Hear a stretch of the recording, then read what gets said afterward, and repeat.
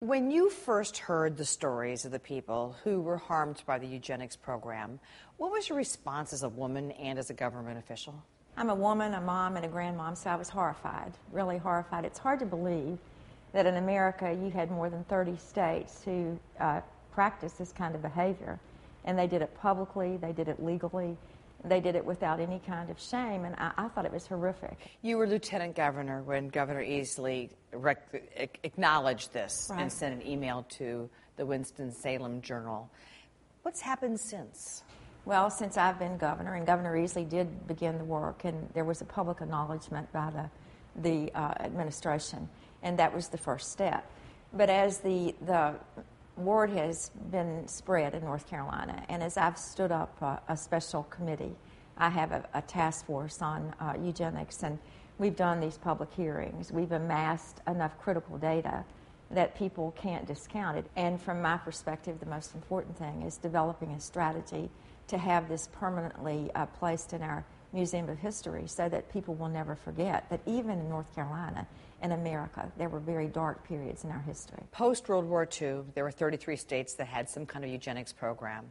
And after the horrors of World War II, states started to decrease their numbers. North Carolina's numbers went up. As you look back historically as governor, is there any explanation for that? You can't explain why people did things. You can't explain why bad decisions were made by leaders and by countries all over the world. You can't rewind the watch or rewrite history. You just have to go forward, and that's what we're trying to do in North Carolina. People want some kind of compensation. How do you begin to decide if that's $20,000, $30,000, or $100,000?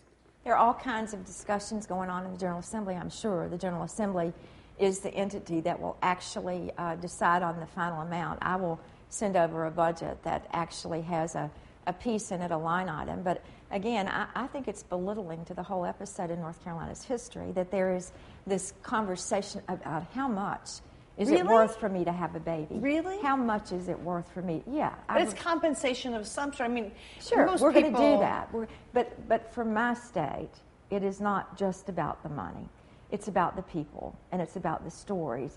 If you could come and sit with me in one of these hearings and listen to these men and women stand up in a public room with all kinds of cameras running as they cry, telling their story, you would understand where I'm coming from. No amount of money can pay them back. And the fact that someone would attempt to put a dollar figure on it begs a challenge for me, but we're going to do that in North Carolina. What about offering educational benefits, health care for life? Could that be done with an executive order? No, you can't do anything with an executive order that requires money because the General Assembly are the bankers and the appropriators. It would be nice if I could. I'd like to have a magic wand and allow me to make all the decisions once in a while. It would be much simpler and easier and more focused, but that's not the way any kind of government works, and I'm sorry about that some days. What I can do and what I will do is send over a package through my eugenics task force. They are beginning that process now. I believe there will be mental health benefits. I believe there will be recommendations for other kind of health benefits. I know there will be a monetary recommendation. I know there will be recommendations about the permanent exhibit, and I can do some of this, the exhibit through my own Department of Cultural Resources. The recommendations will be strong, Nancy. I don't want to leave you having any kind of conversation that devalues what my state is doing. Let me be very direct with you. I'm the only governor in America who has taken this directly on hand. I'm the only governor in America who has said this happened in our history and it's unacceptable.